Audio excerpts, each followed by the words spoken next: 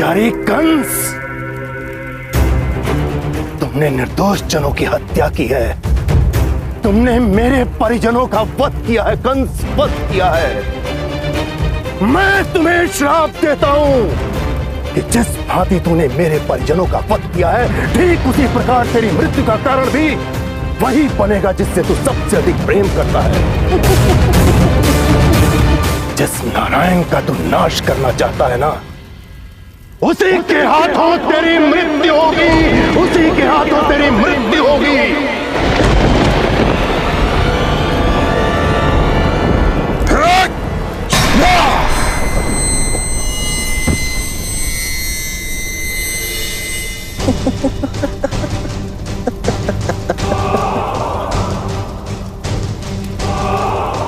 बेचारा वैकुंठ की तीर्थ यात्रा पे निकला था, दुर्भाग्य, यात्रा समाप्त। यात्रा समाप्त।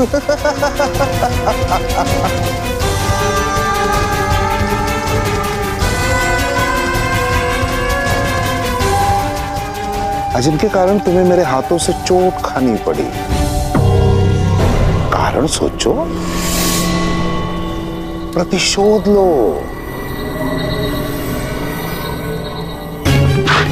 वध कर दो सबका, कोई बचना नहीं चाहिए। कौन ये महाकाल, कौन ये विध्वंसिका है तांडव, दिखाएंगे मानव, धरा भी कांपे जब अश्व इसके भागे। देवता ना अंश है ये दानवों का वंश। एक ही ईश्वर है, कंस, कंस, कंस, कंसीश्वर। परंतु मैं ये समझ नहीं पा रही हूँ कि कंस के मन में नारायण के लिए इतनी घृणा क्यों थी, इतनी शत्रुता कि उसने नारायण के भक्तों पर अत्याचार किया, कि उसने नारायण की पूजा पर प्रतिबंध लगा दिया। क्या उसने ये सब सर्वशक्तिमान बनने के लिए किया था, या फिर इसके पीछे कोई कारण था? इतनी घृणा के पीछे अवश्य कोई बड़ा कारण जरूर होगा। कारण तो था रुक्मणी,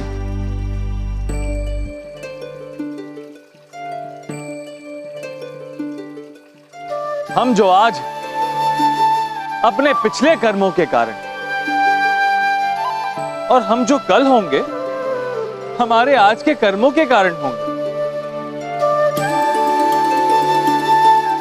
जैसे कंस का नारायण से बैर, मुझसे शत्रुता उसके पिछले जन्म से ही थी। पिछले जन्म में कंस हिरणाक्ष राक्षस का बेटा कालनेमी था।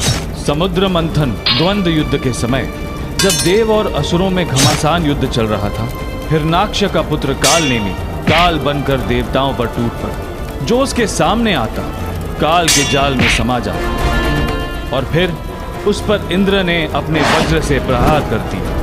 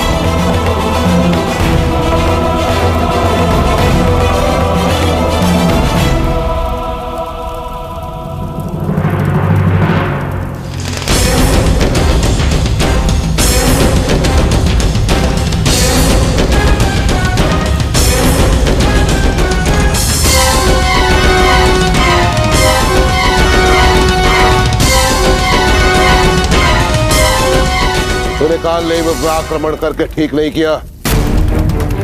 अब मैं तुझे समाप्त करके स्वर्ग पर अपने राज्य की पताका लहराऊंगा। मेरे पिता हिरणाक्ष फिर से स्वर्ग पर राज करेगी।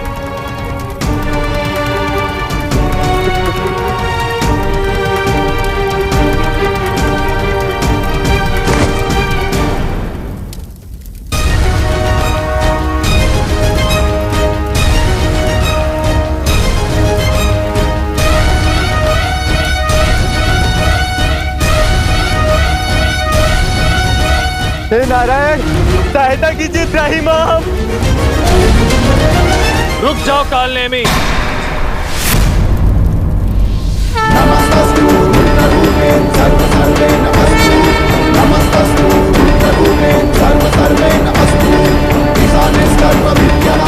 अन्यथा अपने परिणाम के उत्तरदायी तुम स्वयं होगे। विष्णु, अच्छा किया तो स्वयं यहाँ आ गया। मुझे तुझसे कोई भय नहीं है। इंद्र को मारने के पश्चात, स्वर्ग पर विजय पाने के पश्चात मैं स्वयं कालनेमी तेरे पास ही आ रहा था, तुझे समाप्त करने के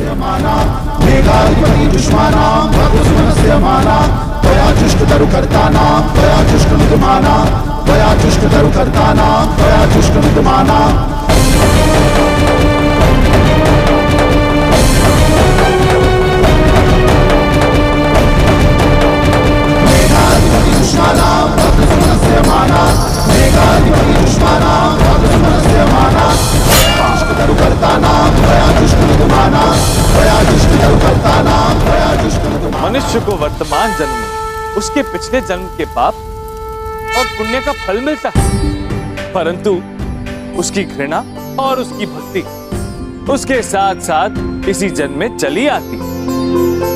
और यही कालनेमी के साथ भी हुआ। मृत्यु के समय कालनेमी ने सौगंध खाई कि वो अपने वध का प्रतिशोध लेगा, फिर से नारायण के नाश के लिए जन्म लेगा। और फिर उसने कंस के रूप में जन्म लिया। नारायण के नाम से तक उसे घृणा थी और इसी के लिए वो भय का सहारा ले रहा था।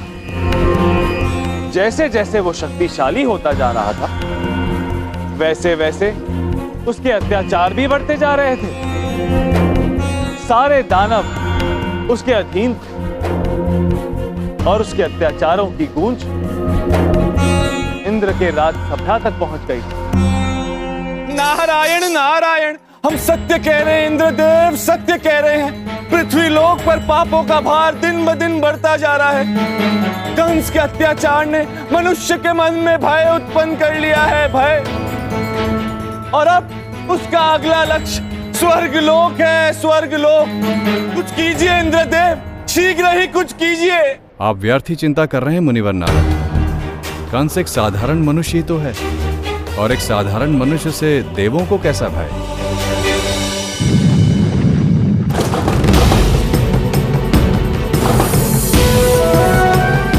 ये भूचाल नहीं है इंद्रदेव, ये भूचाल नहीं है। कंस की बढ़ती शक्तियों का प्रमाण है, जिसे आप कम आंक रहे हैं। कंस कोई साधारण मनुष्य नहीं है, कालनेमी का पुनर्जन्म है, कालनेमी का, जिसका लक्ष्य, जिसका उद्देश्य समस्त देवताओं से पूर्व जन्म के वध का प्रतिशोध लेना है। इंद्रदेव, हम आपसे विनती करते हैं, कुछ कीजिए, शीघ्र ही कुछ कीजिए। नारायण नारायण। कंस का पाप अत्याचार की सभी सीमाएं लांघकर स्वर्ग लोक के द्वार खटखटा रहा था। पृथ्वी अब और पीड़ा नहीं सहन कर पा रही और इसीलिए उसने गाय का रूप धारण किया और सहायता लेने के लिए ब्रह्मा और रुद्र के पास गई। परंतु उन्होंने कहा कि उनकी सहायता केवल नारायण कर सकते हैं, क्योंकि कालनेमी को समाप्त करने की शक्ति केवल नारायण के पास ही थी। ब्रह्मा और महेश नारायण के पास पहुंचे। नारायणं नमस्कृत्य नरं चैव नरोत्तमं देवीं सरस्वतीं व्यासं ततो जयम् ब्रह्मदेव और महेश का स्वागत करके मैं धन्य हूं।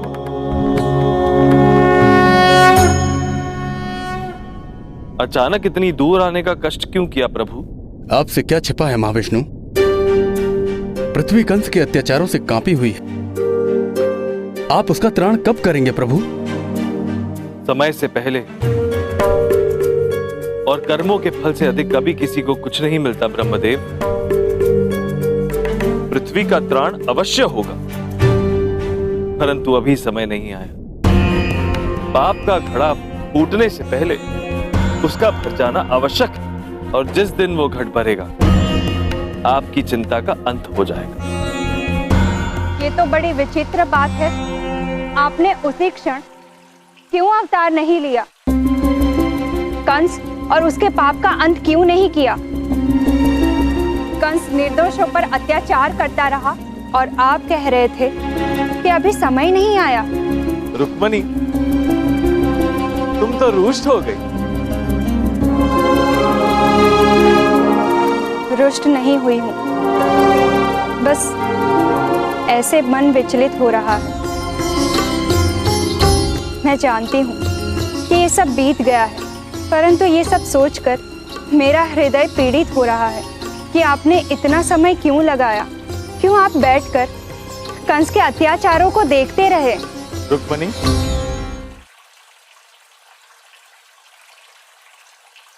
कदाचित तुमने सुना नहीं, समय से पहले और कर्मों का चक्र पूर्ण होने से पहले कभी किसी को कुछ नहीं मिलता। आकाश की ओर देखो रुक्मणी, सब कुछ समय के अधीन है। मैं भी। आज पूर्णिमा है और चंद्रमा पूरी कांति से दीप्त है, परंतु पूर्णिमा आने से पहले और बाद में भी अमावस्या का आना निश्चिंत हो, और यही प्रकृति का नियम है। जब तक अमावस्या का अंधकार ना होगा, पूर्णिमा के चंद्र की महत्ता सिद्ध नहीं होगी। पाप अपने अंत की ओर स्वयं बढ़ता है। उसका स्वयं का किया हुआ पाप उसे विनाश की ओर ले जाता है, और कंस भी धीरे धीरे अपनी विनाश की ओर बढ़ रहा था। और फिर ऋषि मुनि का श्राप भी तो पूर्ण होना था। कंस के नाश का बीज उसी कोख से आना था जिससे वो सबसे अधिक प्रेम करता है। अर्थात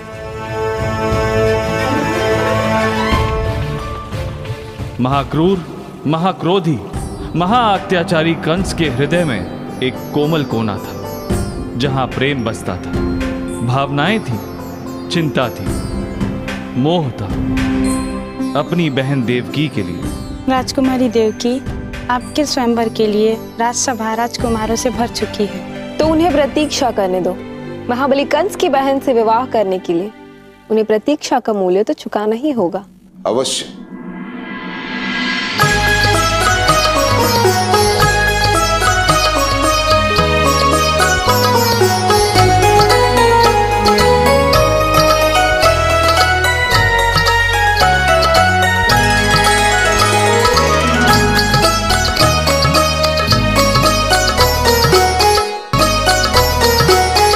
पता है कंस के लिए संपूर्ण संसार में सबसे अधिक मूल्यवान कौन है? वो है मेरी बहन देवकी। चेष्टा पा गए। कब से प्रतीक्षा कर रही थी आपकी? सारा संसार जिसकी प्रतीक्षा कर रहा है वो मेरी प्रतीक्षा कर रही है। अब वैसे आपकी नहीं, आप जो भेंट लाने वाले थे मेरे लिए उसकी प्रतीक्षा करें। भूल तो नहीं गए?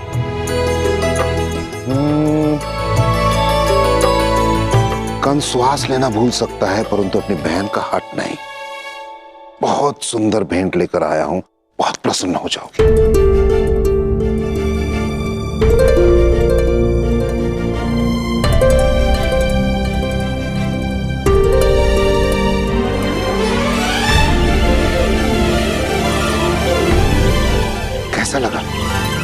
सुंदर है। पता देवकी, मैं स्वयं 8 दिन वन में रहा, स्वयं इसे अपने हाथों से पकड़ा मैंने। पता है क्यों? क्योंकि मैं अपनी बहन देवकी से बहुत प्रेम करता हूं। लो।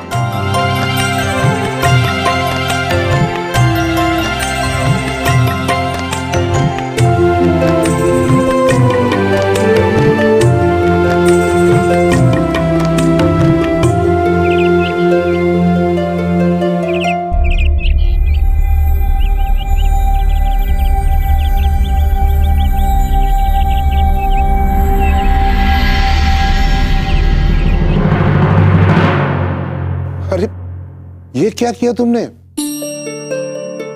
अरे मेरे परिश्रम को व्यर्थ कर दिया तुमने देवकी।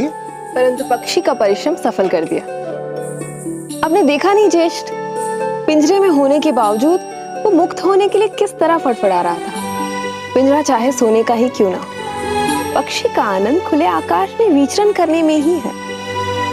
स्वर्ण कटोरी में प्रस्तुत राजभोग में वो आनंद कहाँ जो कड़वी निम्बोली खाने में, क्योंकि वो उसे स्वतंत्र होने का भान कराती है।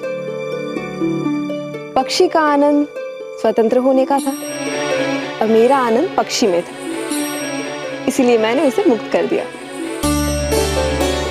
तुमने इसे तो मुक्त कर दिया देवकी, और तो स्वयं स्वयंवर में किसी और से बंधने वाली, वो भी जीवन भर के लिए। ज्येष्ठ, विवाह बंधन नहीं है, वो तो स्वतंत्रता की अनुभूति है। और मैं उसी से विवाह करूंगी जो मेरी ही तरह स्वतंत्रता प्रिय हो। जो विचित्र होता है उसके हर कार्य में विचित्रता आ जाती है। अपनी प्रिय बहन देवकी के स्वयंवर के लिए कंस ने बड़ी विचित्र परीक्षा रखी।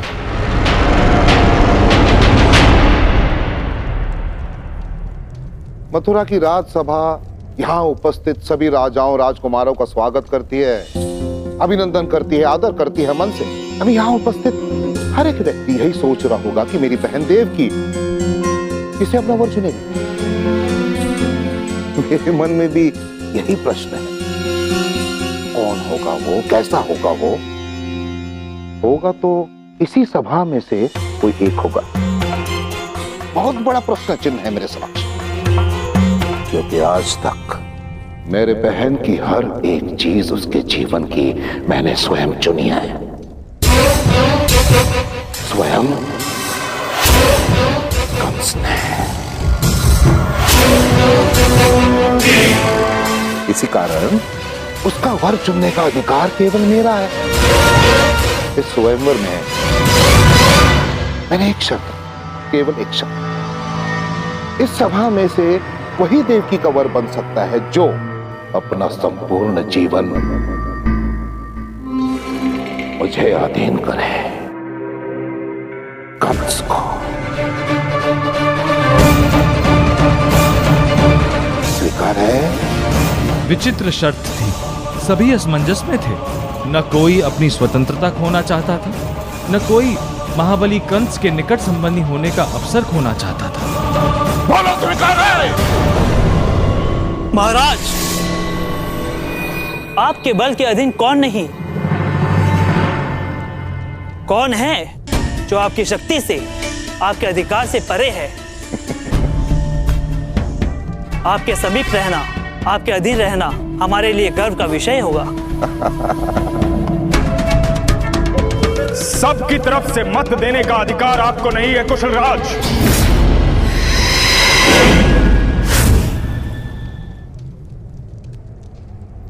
मेरे प्रिय मित्र वसुदेव, तुम्हारे कहने का अर्थ यह है कि तुम मेरे शर्त से सहमत नहीं। क्या तुम्हारे कहने का अर्थ यह है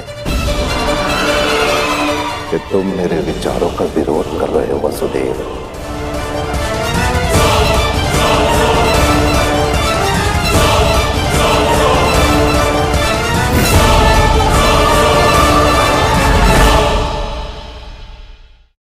मैं आपकी शर्त से सहमत नहीं हूं। तुम्हारे पास दो मार्ग हैं। पहला, मेरी बहन से विवाह कर लो वसुदेव, या फिर कंस की तलवार का सामना करो। दुराचारी कंस, तेरे पाप का घड़ा भर चुका है। अब तेरा अंत वही करेगा जिसका तू मामा होगा।